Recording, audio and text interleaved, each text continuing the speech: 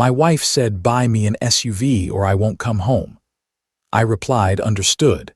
Then I canceled her subscriptions, downgraded her phone plan, met with a divorce lawyer, and I smiled because her father called to negotiate her return on my terms.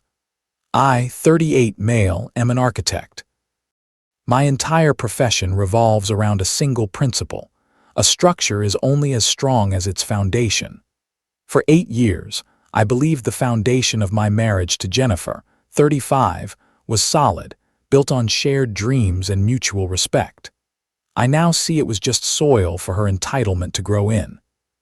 The first tremor was a conversation about our car, a perfectly functional 5-year-old sedan. For Jennifer, it had become a symbol of our mediocrity.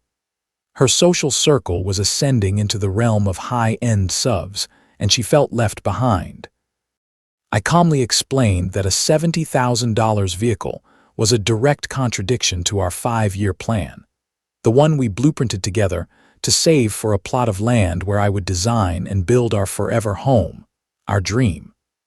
Her reaction was a week of weaponized silence, punctuated by heavy sighs during luxury car commercials. Last weekend, she went to visit her parents, Robert and Barbara.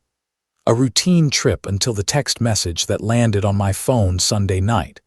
Jennifer, I'm not coming home until you buy me a new SUV. I've earned it. My parents agree. Don't call me until you're at the dealership. I read it a dozen times. The sheer audacity, the transactional nature of it all, the casual deployment of her parents as emotional backup. It was an ultimatum, a hostile takeover bid for our marriage. Every instinct screamed at me to call, to rage, to demand an explanation. But I'm an architect. I don't improvise with sledgehammers when surgical demolition is required. Rage is chaos. A methodical response is structure. I typed a single word and sent it. Understood. Then I opened my laptop and began drawing a new set of plans. First, the minor luxuries. Our credit card statement was a map of her lifestyle, a lifestyle I largely funded. I went online and logged into the 3 subscription services registered in my name. Her curated clothing box, a gourmet meal kit, and a premium wine club. Canceled for the other miscellaneous boxes billed to my card. I knew canceling one by one would be a slog. So, I took a more efficient route. I went to my credit card's website, reported the card as lost, and requested a new one with a new number be mailed to me. Within 48 hours, every recurring payment would begin to fail. Next, the digital umbilical cord. We had a top-tier family mobile plan account in my name. I downgraded her line to the most basic plan available. No unlimited data, no hotspot, just talk and text. Enough to call for help, not enough to endlessly browse the lives of people she envied.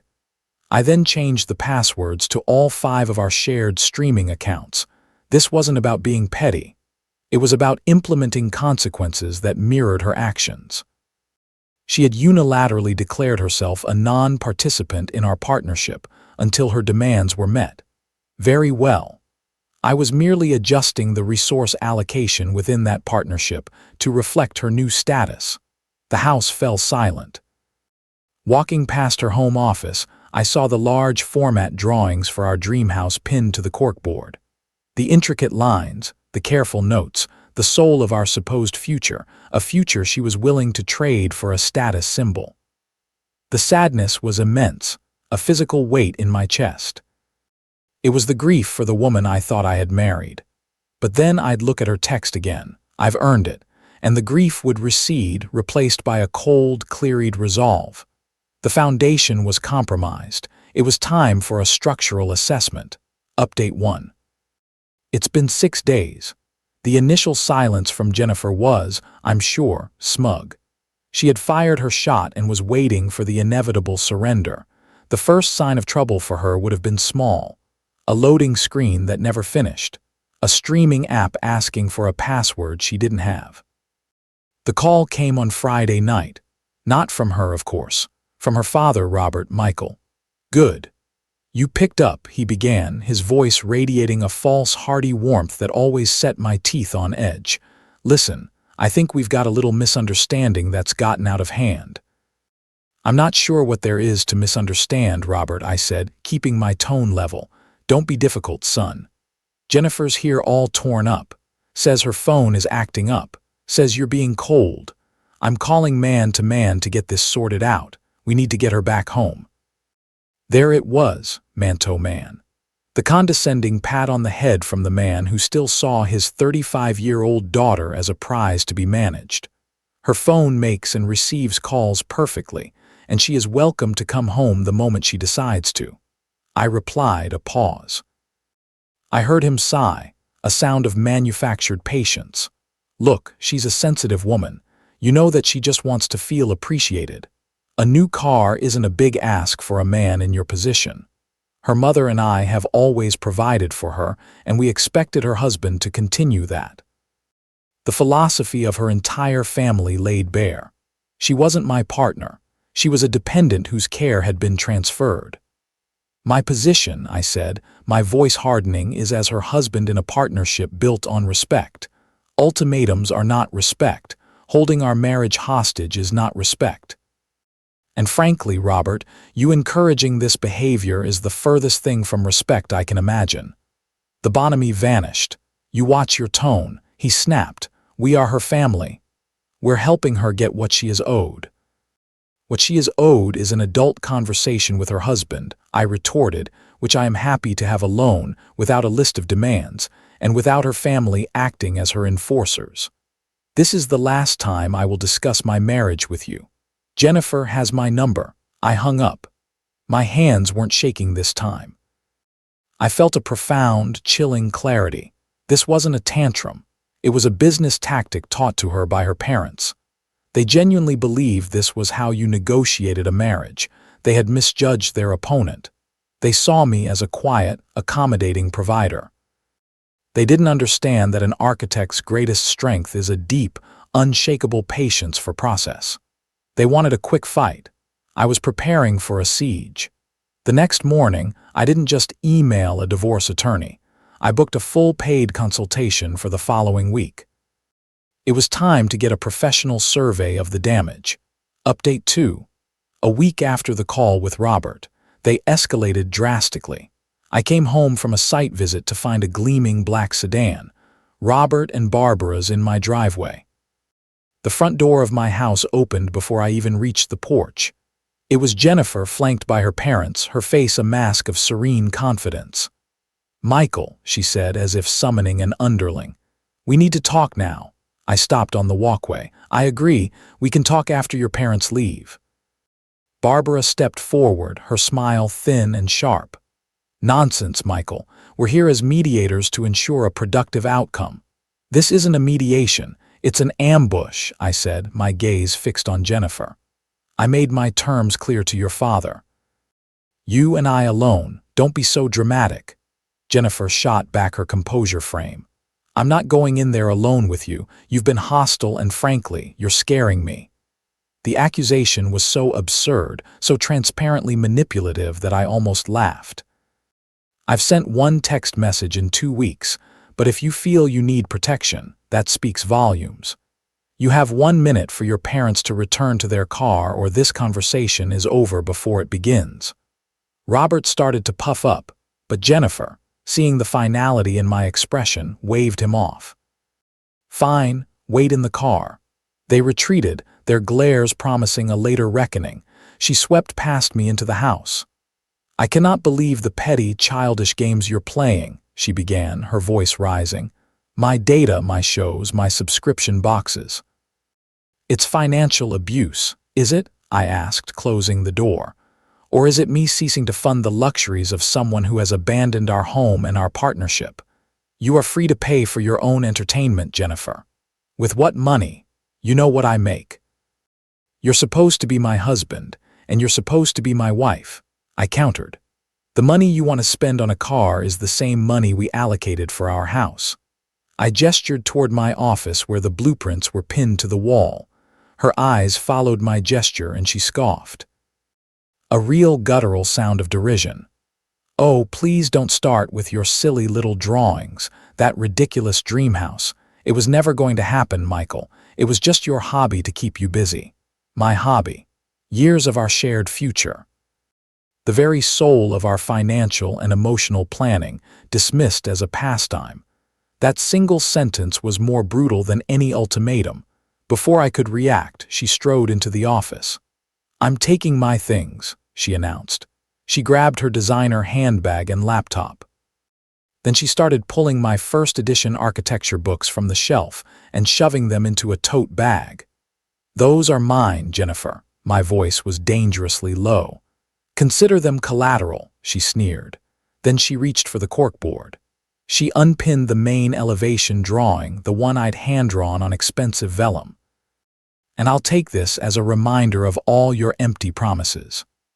In a moment of pure spiteful rage at her loss of control, she began to fold it, not carefully, but with a vindictive carelessness, crumpling the delicate paper, destroying hours of meticulous work.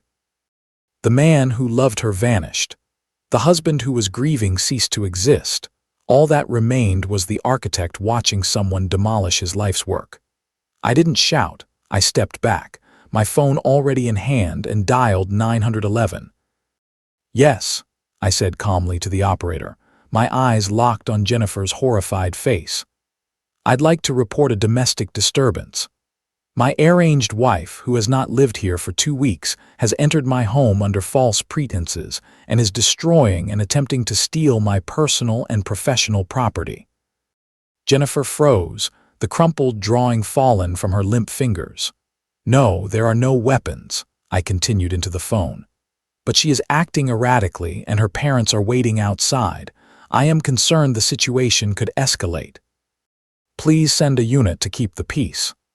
I used their language, keep the peace. I wasn't asking them to be judge and jury. I was asking them to be witnesses and de-escalators. The game had changed. Update 3. It's now been 5 months since the ambush. To those who think the 911 call was a magic wand, let me assure you it was not. It was merely the first move in a long, grueling game of chess. The police arrived as I expected. They were cautious, professional, and their faces tightened the moment Jennifer said, "I'm his wife. This is my house." They immediately declared it a civil matter. They didn't take my side or hers, but my strategy worked. I was calm. I had the phone log showing my request for her parents to leave. I pointed to the crumpled drawing in the books in her bag, not as a theft victim, but as the reason for the disturbance. Jennifer, on the other hand, was hysterical, alternating between tears and accusations. Her parents rushing in only made things worse. The officers did what they were trained to do. They de-escalated. They separated us and documented everything in a neutral incident report. The report stated the facts. Parties are married, but female party has been residing at parents' address for 2 weeks. Dispute arose over male party's personal property. Parties separated for the evening. It wasn't a criminal charge. It was better. It was a formal third-party record of her instability and the exact timeline of our separation. My lawyer called it a perfectly preserved snapshot of the marital breakdown. The weeks that followed were hell. Jennifer lawyered up, and the demands began. Her attorney, a shark in a silk suit, painted me as a controlling, abusive monster. They filed for temporary orders demanding exorbitant spousal support, exclusive use of the house, and a list of other absurdities. We ended up before a family court judge for a temporary hearing. Jennifer, coached to perfection, played the victim. My lawyer simply presented the facts, her text message ultimatum, my calm response, the incident report, and my financial records showing the canceled luxuries versus her demands for a $70 car. The judge was not swayed by her theatrics. He was a pragmatist. He did not grant her the house. He did, however, award her temporary spousal support, a significant monthly amount that made my stomach turn. "She is your wife and has a lower earning capacity," he said flatly. "Until this is finalized, you will support her." This was her first win, and she and her family treated it like a lottery victory. This is where their entitlement became my greatest weapon. Jennifer's lawyer arranged a civil standby where a police officer chaperoned her to collect her belongings. She took everything she could, but under the officer's watchful eye, she couldn't touch my books, my office, or my equipment. The following months were a slog of legal paperwork. Discovery, where we had to exchange every financial document. A failed mediation, where she and her lawyer refused any offer that didn't include a massive payout and the mythical SUV. All the while, I paid the court-ordered support, and I watched her social media, which she foolishly left public, became a chronicle of her poor judgment. There were expensive dinners with friends, new designer clothes, a weekend trip to a spa. She wasn't banking the support money or planning for her future. She was desperately trying to maintain the facade of a lifestyle she felt she was owed, burning through my money as a form of revenge. My lawyer had me meticulously documenting every post. The foundation was crumbling, but not mine, hers. Final update. It has been 10 months since Jennifer texted me that ultimatum. Last week, the judge signed the final decree. The structure is demolished and the site is cleared. The turning point wasn't a single dramatic moment in court. It was the slow, methodical accumulation of evidence. The final settlement negotiations were brutal. Her lawyer came in high, demanding a massive portion of my retirement savings and permanent alimony. My lawyer didn't argue. He simply laid out his case on the table. Exhibit A, the initial text message. Exhibit B, the police incident report, which established her as the instigator of the confrontation. Exhibit C, a detailed log of her social media, posts cross-referenced with her bank statements obtained in discovery, showing she had spent nearly all of the $20,000 in temporary support on non-essential luxury items. Exhibit D, her refusal to seek full-time employment, despite the judge's recommendation at the temporary hearing. My lawyer argued that Jennifer wasn't seeking support for her needs. She was demanding a fund for her wants, a lifestyle she had made no effort to contribute to or sustain herself. Her behavior, he stated, demonstrated a consistent pattern of financial irresponsibility and a refusal to negotiate in good faith. The fight went out of them. They knew if this went to trial, she would be eviscerated on the stand. We settled. The terms were this. The marriage was short enough that permanent alimony was off the table. She was awarded a short period of rehabilitative alimony, far less than she'd been getting. We sold the house, as is common, and split the equity. After paying off legal fees, her share was significant, but nowhere near life-changing. She got to keep her car and her personal belongings.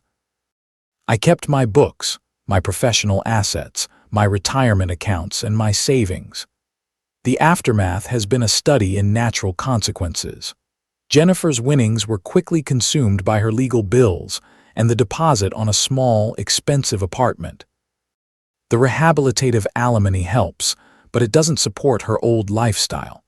The friends she was brunching with have faded away now that she can't keep up. She had to get a full-time job, not at a chic gallery but in retail. She lives alone. Her parents, having spent a small fortune on her lawyer, have apparently adopted a new policy of tough love. Robert and Barbara didn't get their daughter a new SUV. They got a front-row seat to the consequences of their own enabling philosophy. As for me, the quiet in my new smaller place is no longer lonely. It's peaceful. It's the silence of a cleared building site, ready for something new. I kept the crumpled architectural drawing. I had it professionally flattened and framed. It hangs in my new office, not as a monument to a broken dream, a blueprint of a vital lesson learned. You cannot build a shared future on a faulty foundation. It will always collapse. Last month, I put a down payment on that small plot of land. It's all mine. The new plans I'm drawing are more modest, but the foundation is impeccable.